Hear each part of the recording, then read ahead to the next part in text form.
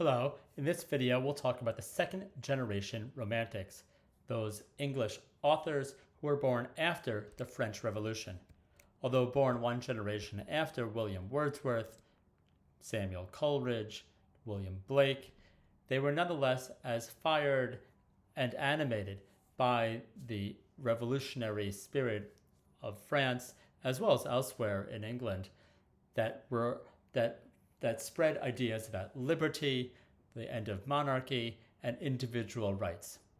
The first generation, just to keep them straight, Wordsworth, Coleridge, Blake, were already adults, albeit young ones, during the French Revolution. They were children, at least Wordsworth and Coleridge were during the American Revolution.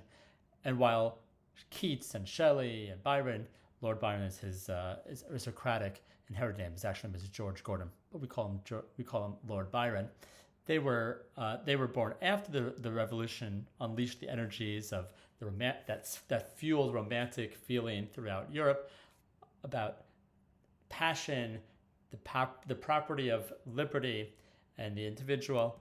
They also believed, above all, in art, and that is very evident in Shelley's great apology, his defense of poetry, which he wrote in 1820. All these figures, by the way, lead very short lives, and their biographies are as fascinating as their work. Shelley was a deeply revolutionary figure. In fact, was expelled from Oxford for writing a tract that he refused to repudiate called The Necessity of Atheism. So you can see already how he spurns even religious Christianity, religious thought. The defense is a long work that is an important entry into the tradition of defenses or apologies for literature. It talks about poetry, but it really is about literature more generally. And although published only decades after Shelley's death in 1840, it makes a powerful claim for the role of the poet, again in a prophetic sense, a prophetic role that we've already seen from Blake. The poet participates in the eternal, the infinite, and the one. It's almost a higher calling, although, again, Shelley is not necessarily Christian. He has a very powerful sense of the spiritual and the sublime. The poet is the translator, the medium for making the sublime evident. What else does the poet do? Let's look at some more of these passages from the defense, and you can read, if you wish, to read more from the defense here. The defense also states, Shelley writes in the defense, a poem is the very image of life expressed in its eternal truth. It allows one to get at some of the eternal truths of existence, of life itself. This is the sublime. Although he's not Christian, he's still very spiritual because he talks about the Creator, and poetry is a mirror which makes beautiful that which is distorted. Moreover, poetry, and here you can see he's a proto-feminist, he's an abolitionist. Poetry has a political element. We're going to get back to that in just 1 minute. It stands for the oppressed. It stands for abolition, for emancipation, which is the highest political hope that it can either hope to achieve. Moreover, poetry is of the best minds. It is the record of the best and happiest moments of the happiest and best minds. Poetry turns all things into loveliness. It's making life beautiful. It is creating visions of loveliness in the world. It adds beauty to that which is deformed, takes that which is painful, that which is oppressive, that which is ugly, that which is dramatic, and makes it beautiful. It marries exaltation, horror, grief and pleasure, eternity and change. It is the language of the sublime. As best as the sublime, that which is overwhelming, that which is awesome, can be turned into and translated into language. Poetry thus makes immortal. There's something lasting forever about poetry, that all that is best and most beautiful in the world. We're going to one pause before I come to this final section, this final excerpt from the defense. This is all written by someone who this was published posthumously, someone who had a tiny readership in his life, hungered for immortality, and yet did not experience that in his own life, in his own time. But nonetheless, his confidence, his power, and his towering ego about his work never falters.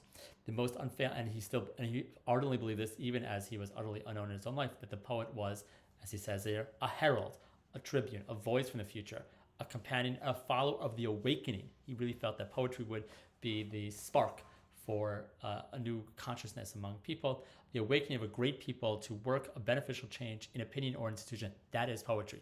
Poetry is the architecture of the future, of hope, of what is coming into being. Let's read this long excerpt and a famous one that concludes the defense. It is impossible, it is impossible to read the. It is impossible to read the works of the compositions of the most celebrated writers of the present day without being startled with the electric life, something that has to do also with Frankenstein, the electric life which burns within their words, the measure, the circumference, and sound the depths of human nature with a comprehensive and all-penetrating spirit.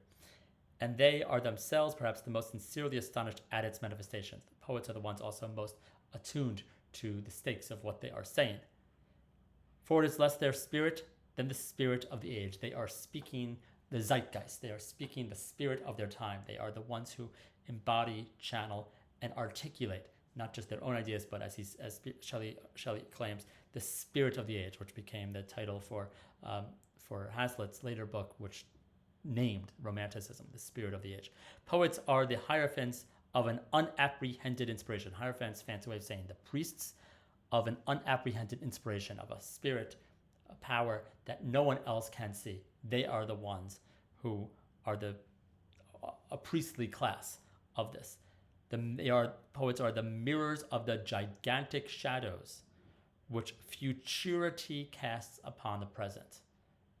The words which express what they understand not, the trumpets which sing to battle and feel not what they inspire, the influence which is moved not, but moves. Poets are the unacknowledged legislators of the world. As robust a statement of power of the imagination, of aesthetic vision, of literary insight, the ability to feel the future and state it even in the present. That is all being done here. I want to note just a few things that he says in this, that there is an invisible wind here, that poets allow us to listen to the music unheard by outward ears, which is a ceaseless and invisible wind, nourishing its everlasting course with strength and swiftness. What he's intimating here, and this is something that becomes evident in a very famous poem that he wrote around the same time, 1819, when he was already exiled, living outside of Britain. Here he was in Italy, that there was this power in culture, in humanity, that those who are sensitive enough to it could detect and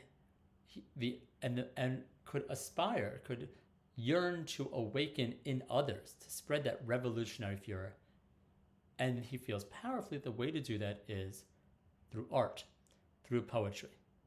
Here, in Ode to the West Wind, which was published in his lifetime in 1819, and this is what he wrote in the original publication of it, of 1820, that the wild west wind, thou breath of autumn's being, thou from whose unseen presence the leaves dead are driven, like ghosts from an enchanter fleeing. Those are the opening lines.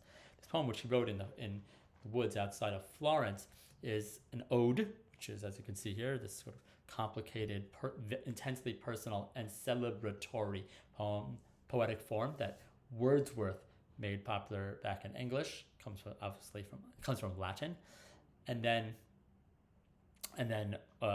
Keats. This is a classic example of it, and then Keats also is writing at the same time. Keats and Shelley did know each other somewhat. They weren't as close as Coleridge and Wordsworth, and he writes a series of them. We'll look at the entirety of one of the odes. We're only going to touch on West Wind here, but we'll look at Grecian Ode in just a moment. It was written in Italy, and probably not by chance, it follows this famous terza rima form innovated by Dante, the ABA form, in 14 lines here. Structure is not that important for us at this time.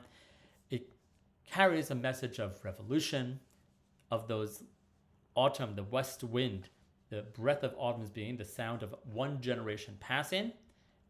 It cannot be seen, but it drives the dead spirits across the earth. In the course of this poem, which I will bring up for us here, it's not just noted the idea of that invisible, powerful wind, ceaseless wind that is behind nature in all of its metaphorical majesty and power in the defense. Here, the west wind, as you can see, it's an address to the west wind. It is an apostrophe calling upon the west wind, and it calls upon it both as the wind of autumn sweeping away what is left of one generation, yellow and black and pale, pestilence, but it also is what brings the spring. Those dead leaves are spreading seeds. In each of the sections of the ode, the wind, another aspect of the wind, is called upon and described. You is constantly calling upon the west wind.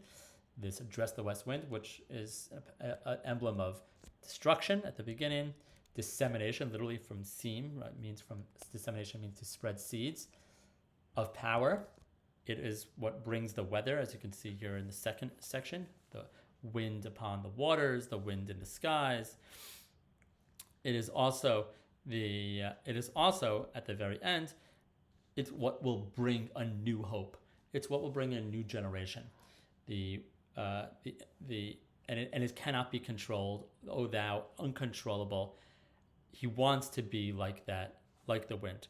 And as he says here, I'll highlight it, as thus with thee in prayer in my soul, O lift me, make me a wave, make me a leaf, make me a cloud, the various things that have been described early in the poem of what the wind acts upon. I fall upon thee upon the thorns of life, I bleed. He wants to be taken up by that wind in order for his, as he says at the end of the poem, drive my dead thoughts over the universe. Take my dead thoughts, and these people did a very strong sense of their own mortality, but trying to find a way for their words, for their ideas to last, shockingly to them, and well, maybe not for Shelley, but that did happen. It was probably a great surprise to Keats. Like withered leaves to quicken a new birth, the winds will allow for this new rebirth, a new consciousness of humanity, a new way of appreciating nature, of appreciating freedom, and also, that did happen, appreciating art. That's more debatable. And by the incantation of this verse, similar to the sentiment that you can find going back to, let's say, also in Sonnet 18 of Shakespeare, so long lives this gives light to thee. As long as this verse, in its strong ABA, the strong meter, the strong rhyme, even as he thinks he's forgotten, writing in exile to very few people in Italian wood, in English, he believes in the incantatory, almost prayer-like power of his own verse.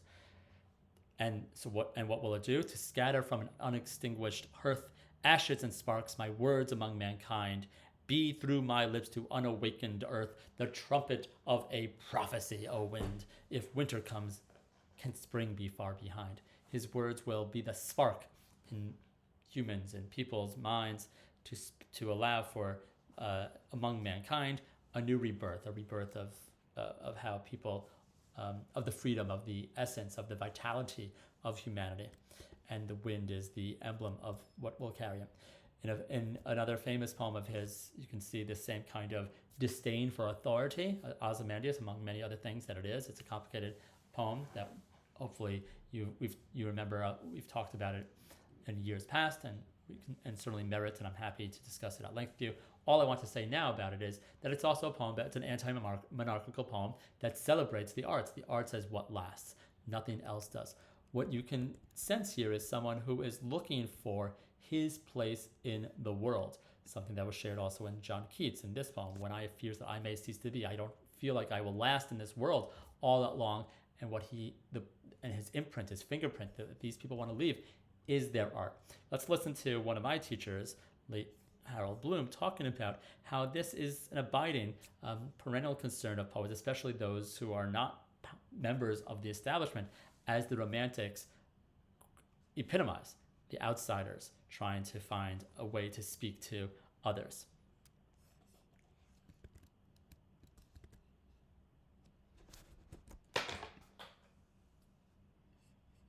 Loss comes from the fear, the deep fear, that there's no room for you. that the time and space that you ought to occupy has been usurped or appropriated, that you have no ground upon which to stand, no word of your own to speak, no, special sense of, think of Whitman. So these are people who really feel like they don't belong in their own society, but have their place in literature, have their place in poetry, and are trying to write themselves into being. I just want to go back very quickly before we finish here to look at the grave of Keats, who also died in exile. Not that he was forced to, but he had terrible health, and his friends sent him to Rome in hopes that he could rehabilitate from his tuberculosis, which killed him. And he had when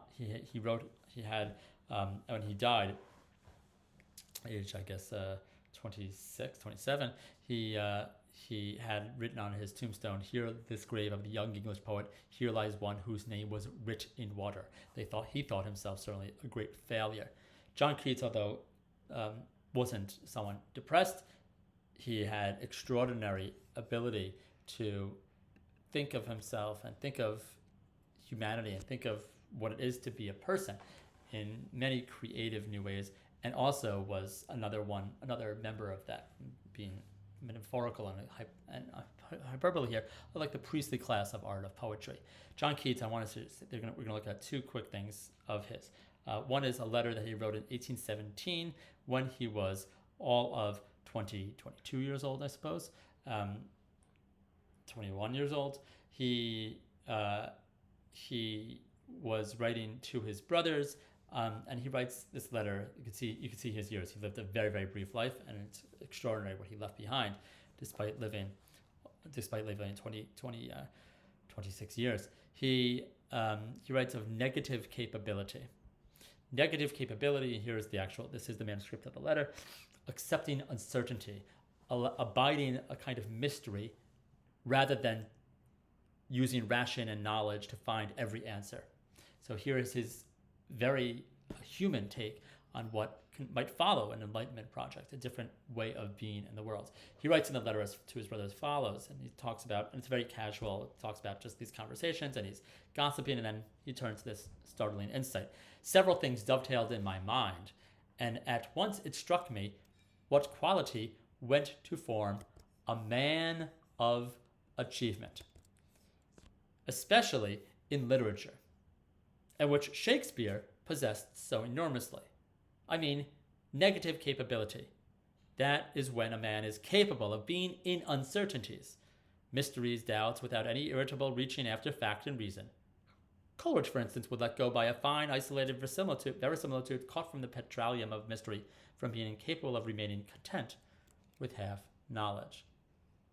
What he celebrates here is a special kind of insight that he says is vouchsafed to people, he says men, but people of achievement, particularly in reading, writing, the art of literature. And Shakespeare is his hero of this. And it's remarkable also to think that, by the way, they were much closer to Shakespeare, not much closer, but they were as close to Shakespeare as we are to them. It was not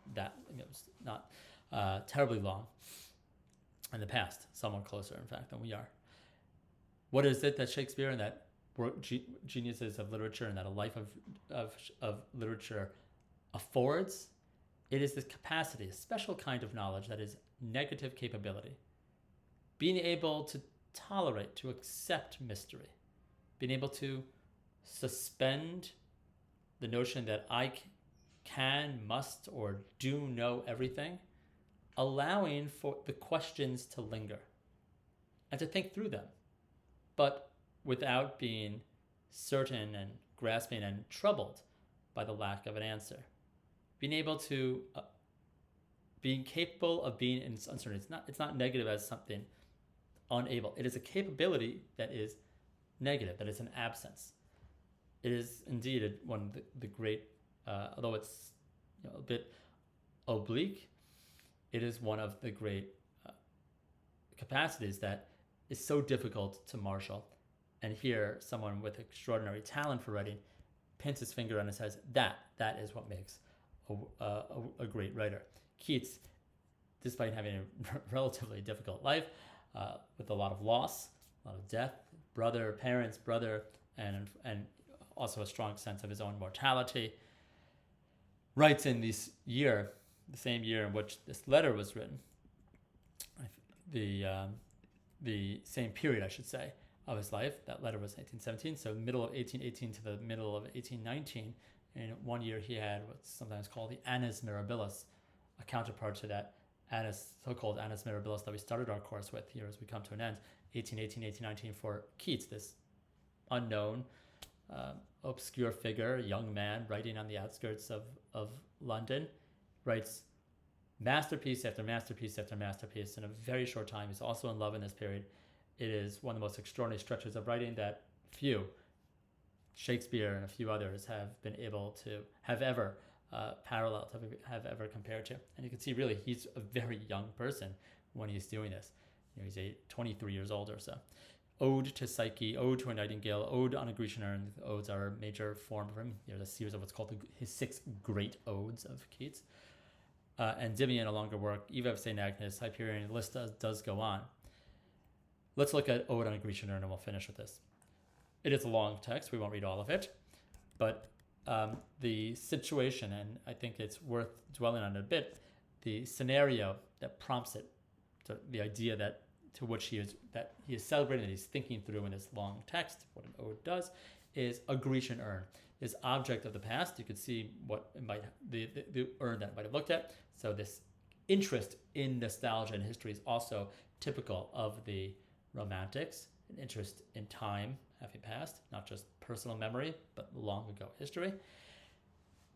It is something from a foreign culture, that too is typical of them.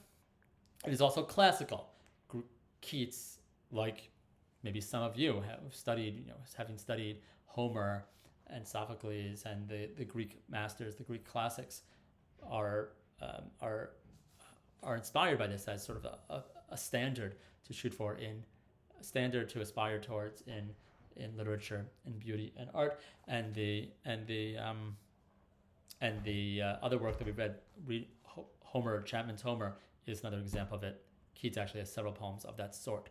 Here is the longest and most beautiful of them. Thou still unravished bride of quietness, thou foster child of silence and slow time, sylvan historian who canst thus express a flowery tale more sweetly than our rhyme. It is also an apostrophe, and it is an address to something that cannot really speak back, but he will dwell on that. He dwells on it here, that the urn to whom he's speaking, this antique and archaic, classical, ancient artifact, it cannot speak back, but it is nonetheless communicating to us in its beauty, communicating to us in the visual images on the side. Keats probably has synesthesia.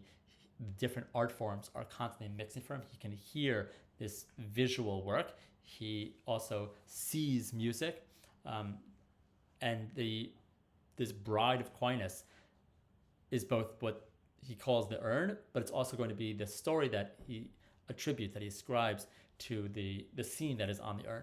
A foster child of silence and slow time. That is the scale of that's the language, and that is the time frame, the time of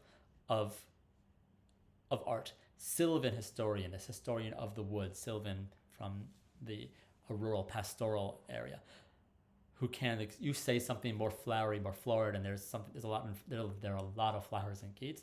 If you wish to study it further with me, we can do so now, and I also do teach this every couple of years.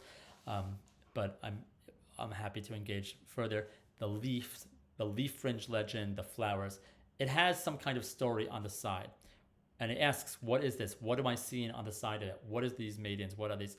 And here again, the theme of seeing and hearing, the music that is on this visual piece that he's then talking about in a verbal text. It all comes together, and what seems to be there is, and this is worth reading and thinking about, are lovers,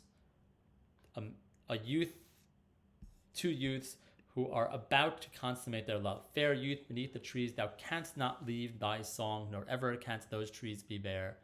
Bold lover, never, never canst thou kiss. A lot of negative no's, can't not.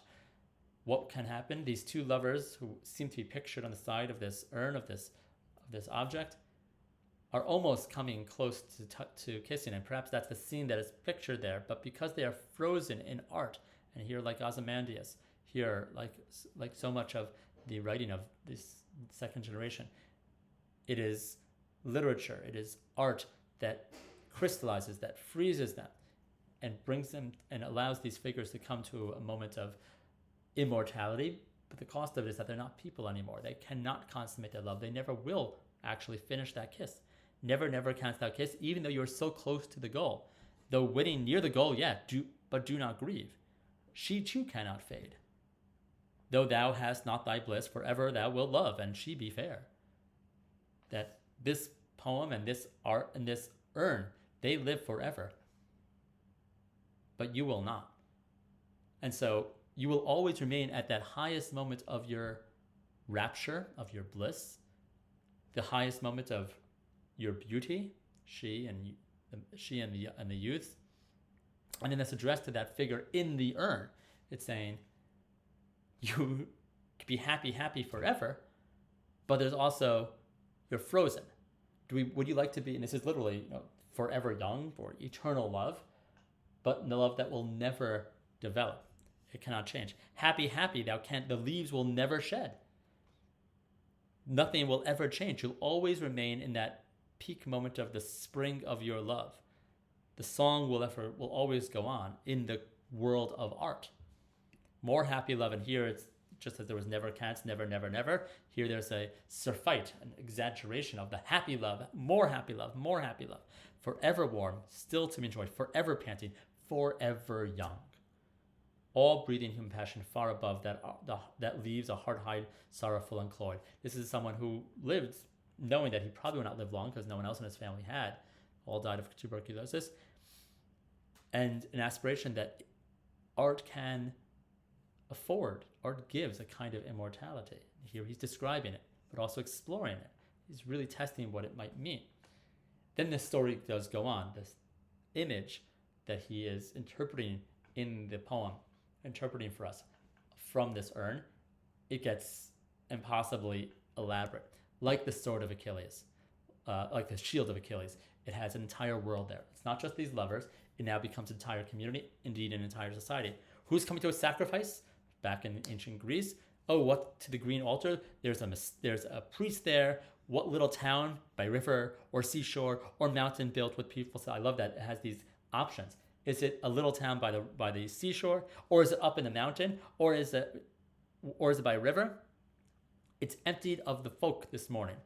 It's now he's going to take that moment of all the beautiful ditties, the melodies, and he's going to empty it all out. All there is that town emptied of people. They've all gone out for, as it says here, the heifer. They've all gone out for the sacrifice, some pagan ritual.